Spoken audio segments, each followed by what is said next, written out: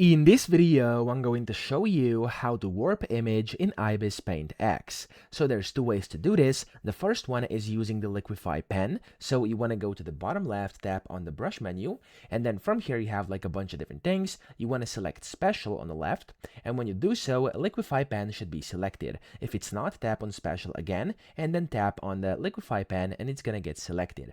Now here you have the option to drag, shrink, expand, smoothen, and revert as well. So we can use whichever one you want. For example, if I do expand over here, and if I start expanding this face over here, as you can see, it's working like this. I can go and now kind of use this drag over here like this as well, and that's going to basically allow me to kind of manually warp the image. Okay, so that's the first thing you can do. But then the second thing is going to be to use the mesh form within the transform tool. So go to the tools menu again, bottom left, and then now you want to tap on transform, top left.